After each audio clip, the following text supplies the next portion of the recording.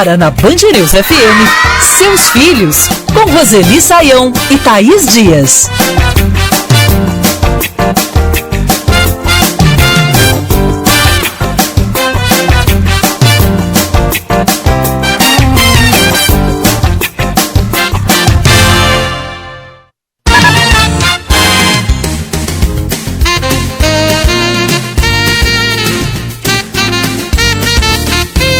Ex-marido, ex-mulher, mas não há ex-pai ou ex-mãe. Por isso, quando o casamento entre os pais acaba, o filho deve ser preservado e o respeito mantido. Mas nem sempre é isso que acontece, a gente sabe, né? Em alguns casos, esse jovem vira fruto de uma disputa e fica em meio a brigas, desavenças, se torna até uma ferramenta de manipulação. A alienação parental tem punições previstas em lei e a Organização Mundial de Saúde incluiu a síndrome como uma doença. Afinal, não é possível prever as graves consequências na prática, na vida de uma criança ou de um adolescente que vive essa realidade. Isso sem falar que alguns pais ou mães perdem o contato completamente, esse convívio com o filho, por conta da alienação parental. Por isso, esse é o nosso assunto aqui nos Seus Filhos em versão ampliada. Eu, Thaís Dias, sigo por aqui na sua companhia, junto comigo sempre ela, Roseli Saião. Oi, Roseli, tudo bem? Tudo bem, Thaís. Vamos enfrentar esse tema que é bem delicado. Que sufoco!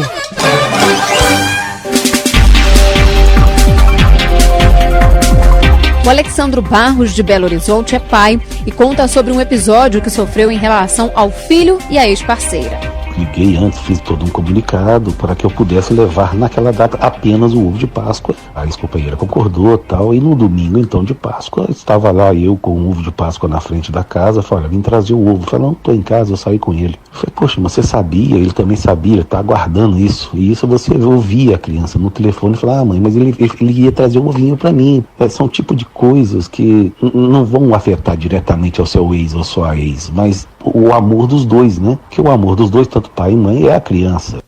É isso, né, Roseli? Às vezes parece uma coisa pequena, como a entrega de um presente, um ovo de Páscoa.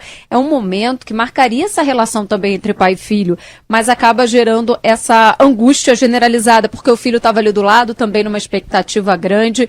É importante a gente ficar atento aos pequenos detalhes, porque eles influenciam no todo quando o assunto é alienação parental, né, Roseli? Influenciam e afetam muito, né, os filhos que estão envolvidos numa situação desse tipo. Parece um detalhe, Thaís, mas não é um detalhe. É uma dificuldade de conviver com aquele pai ou aquela mãe que atrapalha muito a vida da criança, principalmente, mas do adolescente também. O adolescente ainda é capaz de falar isso, mas ele não percebe que ele é manipulado também nessa questão da alienação parental. E a criança, então, nem se fala, é indefesa, né? Então, nós, adultos, temos maturidade, escolhemos casar, escolhemos ter filho, depois escolhemos separar, precisamos honrar o nosso papel de mãe e de pai. Minha voz.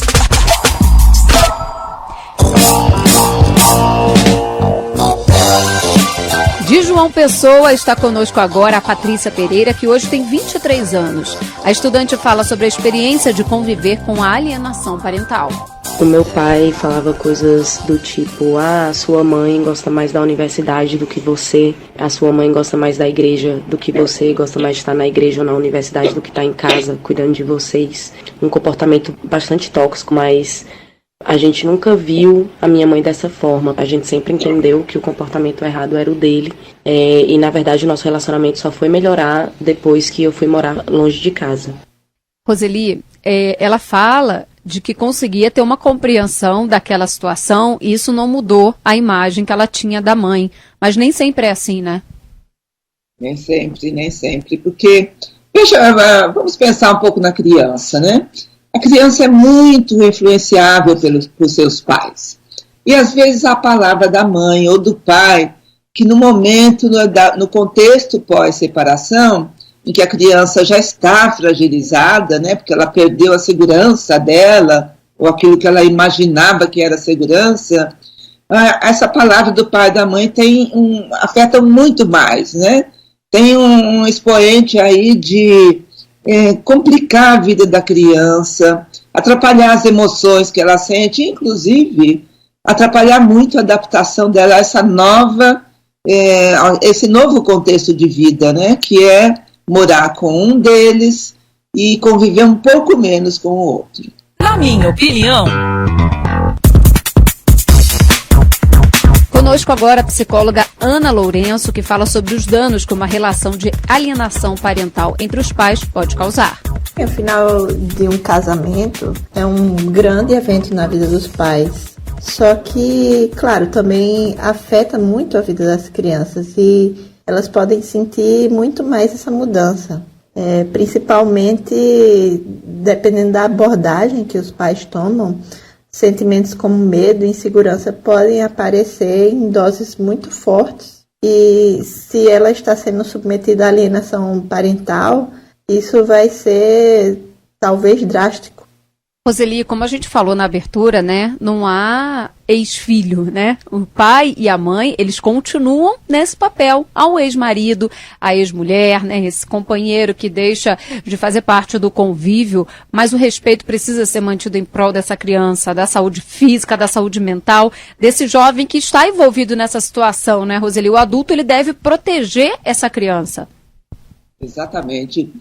Thaís, os adultos precisam se lembrar, principalmente no momento de uma separação e quando há filhos, né, que eles serão sempre pais daquela criança que vai crescer e, portanto, o relacionamento com o ex-cônjuge precisa ser muito respeitoso, porque vai ser até o fim da vida. O casamento acaba, mas a relação entre eles, no que diz respeito aos filhos que tiveram, não acaba nunca. Então, novamente eu insisto, a gente precisa honrar o desejo que a gente teve um dia de ter filhos. Não deu certo com o pai das crianças, com a mãe das crianças. Não há problema na separação. A criança sofre com a separação, mas ela supera esse sofrimento ao perceber que ela mantém o amor dos dois. Agora, a alienação parental provoca um sofrimento assim que não tem fim. Que aí ela sente de fato, né, que pode perder e está perdendo o amor de um dos dois. Vamos navegar! Qual é a sua dica sobre esse assunto, Roseli? Eu escolhi um artigo, Thaís, que é muito interessante porque ele é bem completo. O artigo está no site do Instituto Brasileiro de Direito da Família, ibdfam.org.br, e o título do artigo é A Lei da Alienação Parental, da inconsequência dos pais para o bem-estar da criança e do adolescente. Então vou pedir para você repetir o site para a gente e o artigo, Roseli. ibdfam.org.br e o artigo A Lei da Alienação Parental, da inconsequência dos pais para o bem-estar da criança e do adolescente.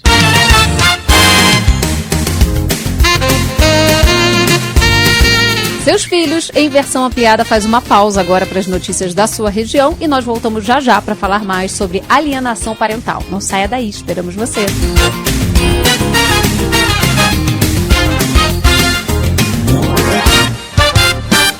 Você está ouvindo na Band News FM, Seus Filhos.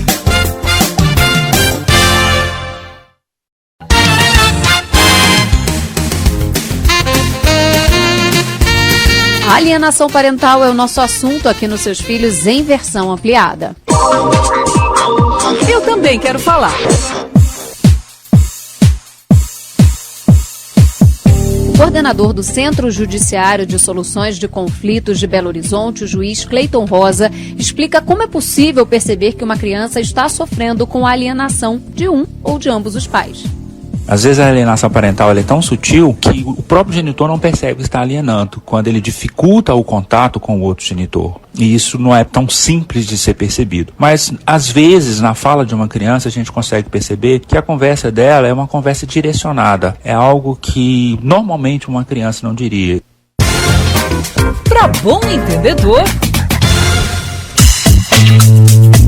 E também por aqui conosco o presidente da Comissão de Direito da Família da OAB, Dimas Messias de Carvalho, que fala sobre o papel da justiça em casos de alienação parental. Ocorrendo qualquer um desses fatos de repúdio, vocês podem ajuizar uma ação de declaração de atos de alienação parental ou requerer em algum processo já existente que o juiz declare esses atos de alienação parental e aplique as medidas previstas na legislação. A gente sabe que a última coisa, né, que a gente quer é o filho sofrendo e virando alvo de uma disputa judicial. Sempre que as coisas podem acabar de uma maneira mais harmoniosa, é o ideal. Mas nem sempre é a realidade. Roseli, a gente ouviu aí agora há pouco, né, a palavra do juiz Cleiton Rosa, e ele falava muitas vezes há uma sutileza no que diz respeito a essa alienação parental e um ou outro nem sente, né, que está sofrendo ou que está fazendo essa alienação.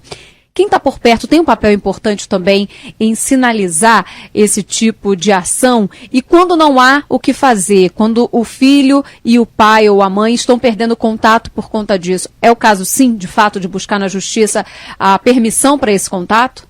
Primeiramente, a rede de apoio, né, do pai, da mãe, devem perceber alguma coisa e devem procurar conversar, dialogar a respeito, apontar as consequências possíveis, né? Para a saúde da criança ou do adolescente, um alerta, né? E essa rede também tem que fazer o possível para evitar se tornar cúmplice da alienação parental, porque muitas vezes isso acontece. Então é evitar essa cumplicidade, alertar quando vê alguma coisa e, em último caso, se não tem jeito, procurar a justiça certamente é o melhor para proteger essa criança.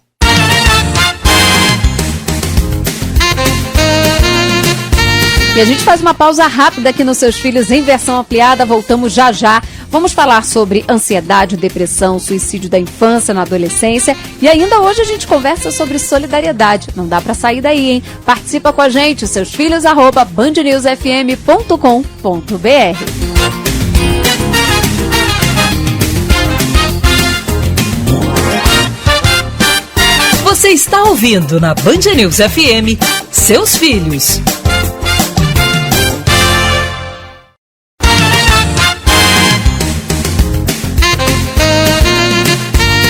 Há temas que ainda são tabus e provocam inquietação ou mesmo preconceito quando começam a ser debatidos. E a saúde mental é um deles, principalmente quando se trata de suicídio entre menores de idade. Membros da Academia Americana de Pediatria divulgaram um documento para aconselhar que adolescentes acima de 12 anos passem por avaliações para detectar riscos de depressão e suicídio. A medida tem o objetivo de reduzir quadros graves de ansiedade, por exemplo. Desde o início da pandemia, as taxas de depressão e ansiedade aumentaram significativamente entre crianças e adolescentes. Quase 45% dos jovens se sentiram sem esperança ou persistentemente tristes, de acordo com esse levantamento nos últimos meses. E há ainda casos graves em que esses problemas na saúde mental podem levar à morte. Segundo a Organização Mundial de Saúde, no Brasil, 12 mil pessoas tiram a própria vida a cada ano. Quase 6% da população. Especialistas estimam que 25% desses casos envolvam crianças ou adolescentes.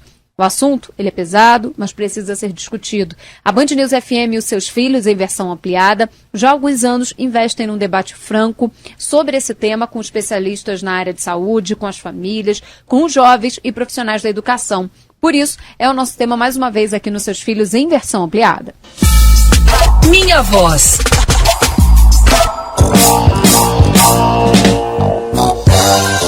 A Flávia, que hoje tem 42 anos, convive com a depressão há pelo menos 14. Ela é de Goiânia e conta um pouco sobre o momento em que decidiu tirar a vida, 5 anos atrás. Eu passei por momentos tão difíceis que eu vi que a minha família estava cansada, eu também estava cansada de correr atrás de médicos, que eu resolvi tirar a minha vida. Roseli, há muito preconceito quando se trata da saúde mental ainda, né? Principalmente em relação ao tratamento e quando a gente fala de suicídio, a coisa ganha um status de tabu de fato. É importante trazer informação sobre esse tema, principalmente no que diz respeito aos pais, né? Para que eles estejam atentos aos seus filhos também, né? Exato, Thaís. Ainda há muito preconceito no entorno do tema saúde mental. Isso atrapalha, né, o conhecimento dos pais a respeito de seus filhos. E muita coisa passa, né, pelos olhos deles, mas eles não enxergam, que pode ser sinal de que o filho está com algum problema. É que ainda, Thaís, a saúde mental é envolta assim naquele véu que diz que é uma questão de falta de vontade, de falta de esforço, de preguiça, que é um véu da moral, né? Mas não é uma escolha da pessoa sofrer assim. Imagine se é uma escolha de uma pessoa como a Flávia tirar a própria vida, e veja que a primeira fala dela, né, foi a preocupação com a família. Então, em geral, a criança ou adolescente que sofrem com questões da saúde mental se preocupam muito, né, de dar trabalho para a família.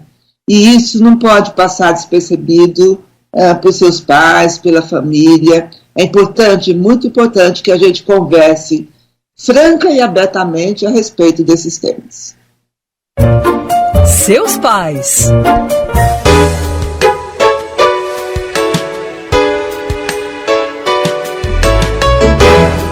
O Fernando Campos é o que se chama de sobrevivente do suicídio. O filho dele, o Matheus, resolveu tirar a própria vida aos 14 anos.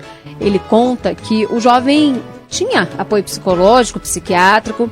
O pai e a esposa resolveram, depois da morte, criar uma ONG para acolher jovens em sofrimento. É o Instituto Ser. A gente vai ouvir um pouquinho da palavra do Fernando. O Matheus, a gente achava que basicamente era um adolescente normal, né? Mas ele tinha alguns questionamentos importantes, então ele tinha acompanhamento psicológico, né? E acompanhamento também psiquiátrico. E apesar disso, né, de ter uma família estável, desses acompanhamentos com profissionais de primeira linha, né, ele cometeu o suicídio, né, e para nós realmente foi uma coisa assim, totalmente impensada, né, destruiu a nossa família assim, de uma forma absurda, né.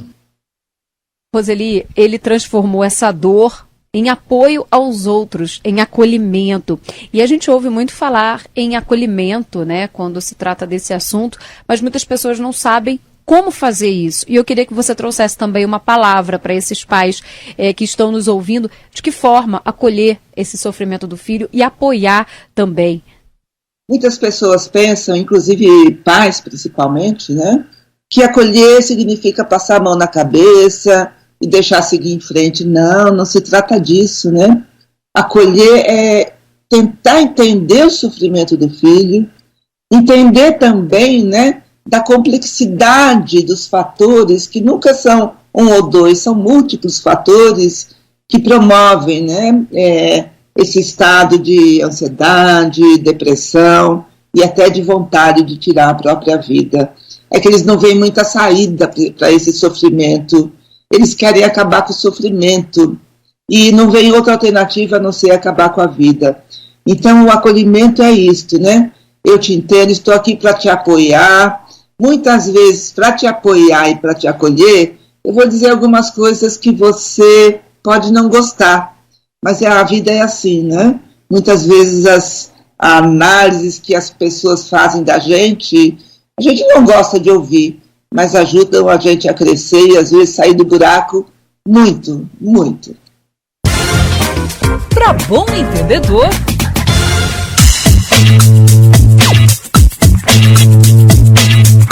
conosco, uma das principais especialistas em saúde existencial do país, a psicóloga, psicopedagoga e consultora Karina Fukumitsu. O transtorno mental é passível de tratamento. Então, por isso que é importante, principalmente na adolescência, que eclodem os transtornos mentais, que a gente fique atento. Quanto mais a gente ficar atento à mudança abrupta de comportamento, esses sintomas e esses sinais que começam a se tornar constantes, melhor é a compreensão, inclusive, dessa prevenção ao suicídio.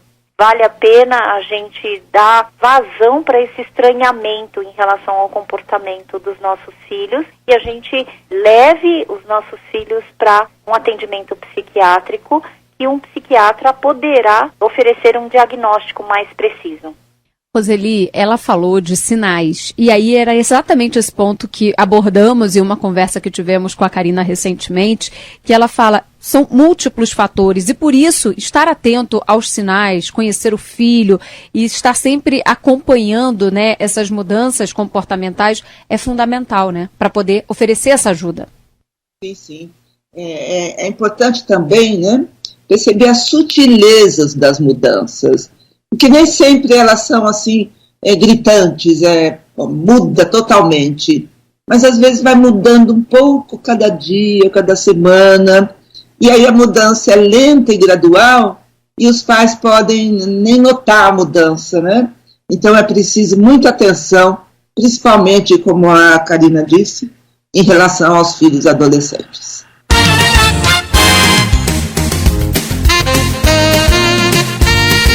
A pausa é rápida, a gente volta já já com mais dos seus filhos em versão ampliada. Não saia daí, esperamos você.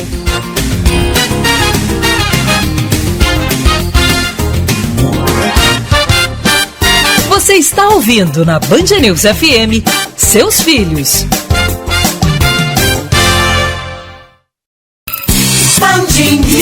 Ansiedade, depressão e suicídio na infância e na adolescência continuam sendo temas aqui da nossa conversa nos Seus Filhos em versão ampliada. E a escola? Diz o quê?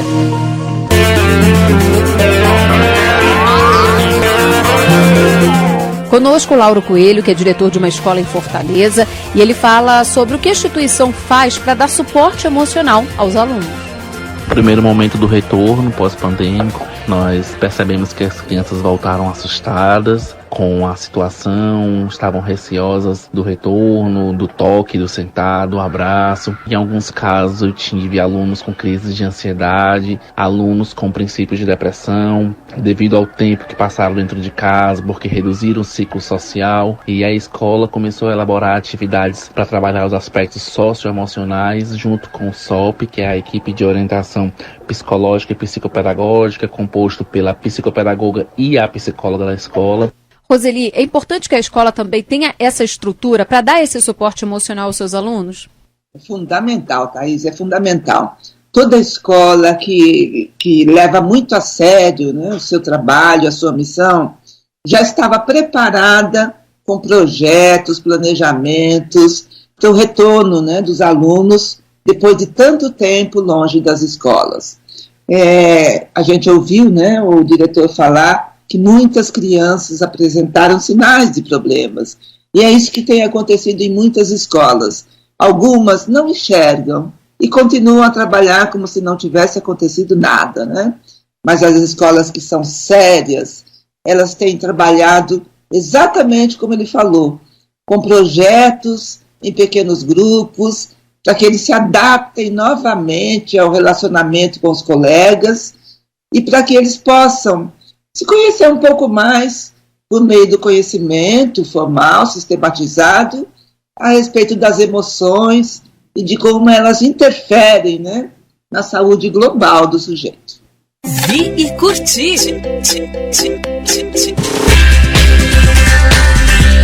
Agora eu sei que você separou uma dica, né, para quem está acompanhando aqui o nosso programa. Que dica é essa, Roseli?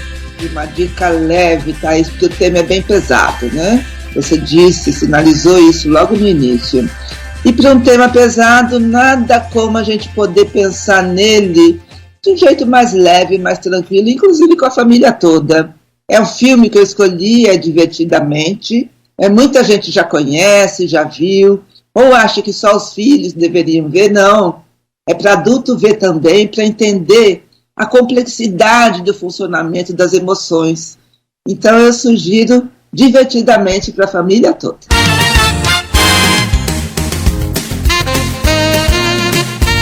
E você continua aqui com a gente, a família toda está convidada, você que também quer participar com a gente, fique à vontade, seusfilhos@bandnewsfm.com.br. A gente volta já já e vamos falar sobre solidariedade, não saia daí.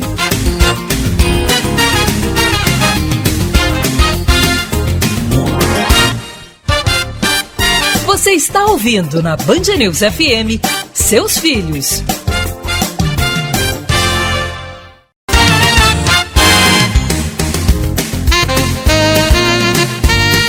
Quando pensamos na educação dos nossos filhos, normalmente idealizamos, fazemos planos, definimos aqueles valores, né, que queremos transmitir. E nesse caso vem à tona temas como empatia, solidariedade, e tem criança que dá exemplo em muitas situações nesse sentido. É o caso do príncipe George, filho do príncipe William e de Kate Middleton. Ele tem apenas 9 anos, mas já deu um grande exemplo de empatia. Durante o período de isolamento, no auge da pandemia, ele organizou uma venda de bolos para arrecadar fundos para uma ONG britânica que trabalha na preservação da vida selvagem na África. Mas será que dá para ensinar o filho a ser mais empático ou solidário? É sobre isso que a gente conversa agora aqui nos Seus Filhos em versão ampliada. Minha voz.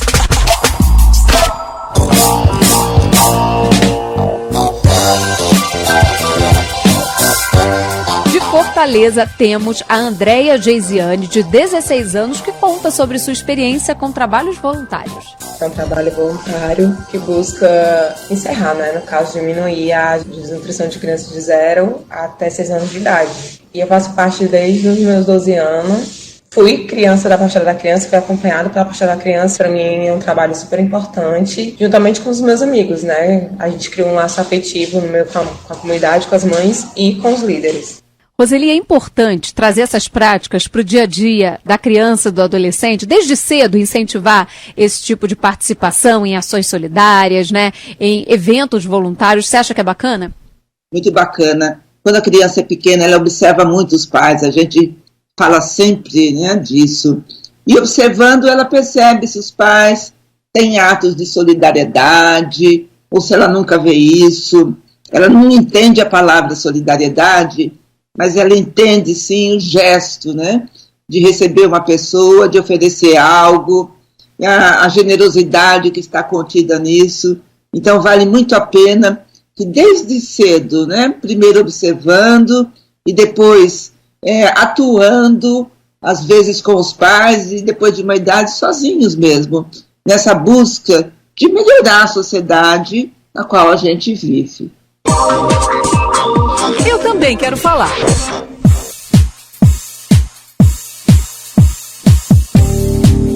Conosco agora de Manaus, a Karina Palmeira. Ela que sempre participou de ações sociais faz questão de envolver o filho nessas causas voluntárias.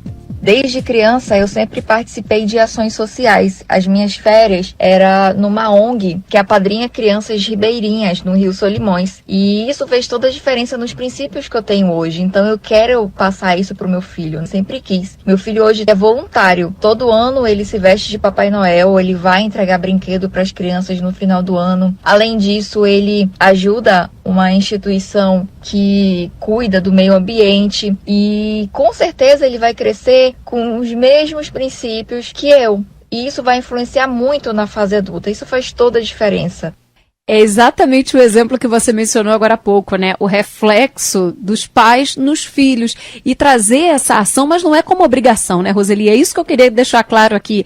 Que se torne uma coisa orgânica e não uma obrigatoriedade para essa criança ou para esse jovem, Tudo que é colocado como obrigação deixa a criança e o adolescente, principalmente, enfadado, sabe? Então é melhor a gente convidar, para esse desafio que é olhar ao nosso redor e ver que muita gente precisa da nossa solidariedade. E nada melhor, para acalmar o nosso coração, as nossas angústias, do que a gente praticar. Praticar solidariedade não tem a ver apenas com o outro, mas é também e principalmente com quem pratica. E a escola? Diz o quê?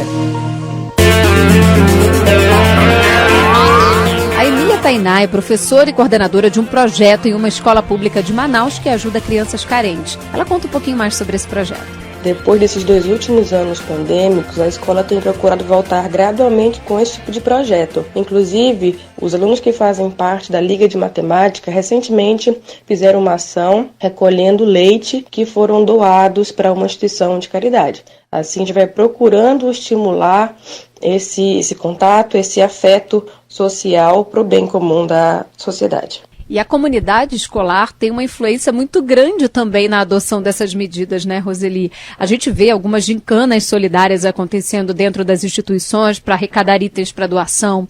A gente percebe também monitoria em algumas escolas, né, os alunos mais velhos auxiliando os mais jovens. São coisas mais simples até, mas que fazem toda a diferença e que estimulam esses sentimentos de solidariedade, de empatia, de ajudar ao próximo, né, Roseli? Sim, a escola precisa pensar, considerar, né, que nem todas as famílias se ocupam dessa questão de ensinar aos filhos a generosidade, a solidariedade, a empatia, e por isso ela tem um papel fundamental. Ela pode ser a chance de uma criança e de um adolescente aprenderem a esse respeito. Na minha opinião... Hora de abrir espaço para ouvir Cláudia Memória, que é neuropsicóloga e doutora pelo Departamento de Neurologia da Faculdade de Medicina da USP. A gente aprende por modelagem, né? Então, o ambiente que a gente se encontra, ele funciona como um espelho. Inclusive, a gente tem uma certa área cerebral, que a gente chama de córtex pré-frontal, que a gente chama realmente de neurônios espelho. Então, tudo aquilo que a gente vivencia, né, que a gente visualiza, a gente interioriza e aquilo passa a ser incorporado no nosso repertório. Então, quando a gente se sente útil, né, quando a gente se sente participativo, seja de uma vida social, quando a gente ajuda o outro, a gente também libera um neurotransmissor que dá essa sensação de bem-estar. A gente tem um aparato, né, neurológico, neurofisiológico, que reforça essa necessidade, né, de que a gente tem que estar em sociedade, cooperando, nos ajudando. E essa noção de viver em sociedade é exatamente o ponto principal desse debate quando a gente fala de solidariedade e de empatia, né? É saber que vivemos num grupo, que precisamos olhar para quem está ali do nosso lado, para aquelas pessoas que cercam o nosso entorno e que fazem parte, né, exatamente desse grupo social. E ela falou de um ponto que eu acho bacana a gente ressaltar aqui, né, Roseli? Quando a gente faz o bem para o próximo, esse bem volta, né? Exatamente como ela falou, a gente ativa um neurotransmissor que faz bem pra gente. Então, é fundamental estimular em todos os sentidos essa prática, né? Incentivar os filhos também com uma rotina maior de empatia e de solidariedade. Sabe, Thaís, cada pessoa tem a sua família, tem uma escola que conhece bem, ou as famílias que frequentam a mesma escola, ou os colegas, tem um grupo de amigos. E parece que não existe mais nada, né? Mais ninguém, mas existe muita gente e todas as pessoas que habitam a mesma sociedade, convivem, mesmo que à distância e sem conhecimento, todo o comportamento de todos interfere no comportamento de todos. Os relacionamentos de uma sociedade são interdependentes. Então é por isso também, né? Além de promover o meu bem-estar e oferecer um pouco de bem-estar ao outro, é melhorar essa sociedade para que todos possam viver um pouco melhor.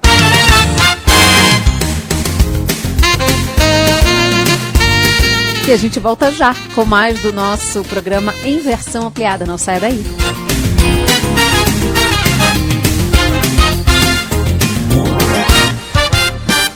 Você está ouvindo na Band News FM, Seus Filhos.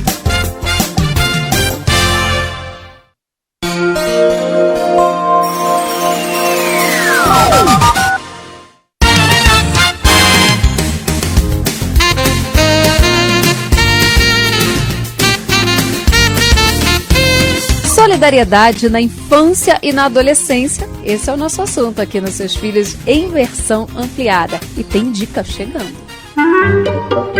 Me conta uma história.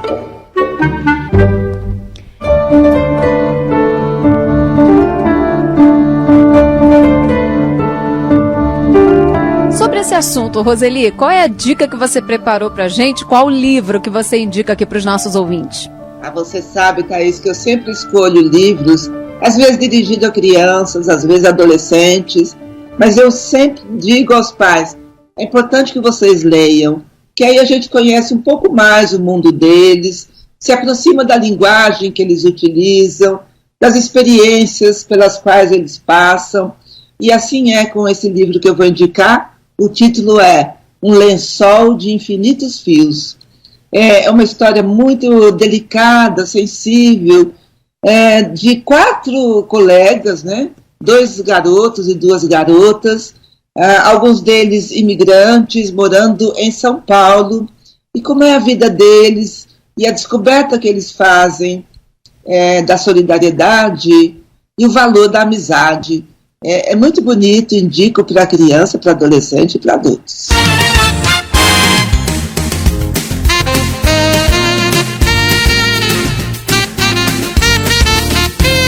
Então, vou repetir aqui, Um Lençol de Infinitos Fios é a indicação da Roseli de livro para você que está acompanhando aqui o nosso programa em versão ampliada.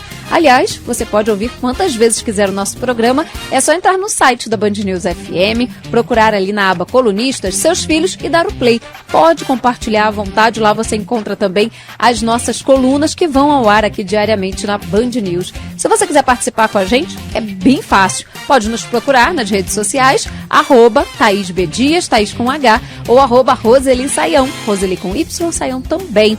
Pelo e-mail, seusfilhos@bandnewsfm.com.br, seusfilhos@bandnewsfm.com.br. Esse programa tem a produção da Camila Quaresma, a sonorização do Marcelo Cruz, e eu agradeço demais a sua companhia por aqui ao longo da última hora, e dela também, minha companheira, Roseli Saião. Um beijo pra você, Roseli, até semana que vem. Um beijo, Thaís. Eu que agradeço a sua companhia e a de nossos ouvintes, que sempre envio muito carinho a eles. Continue ligado, porque os seus filhos você só ouve aqui na Band News FM.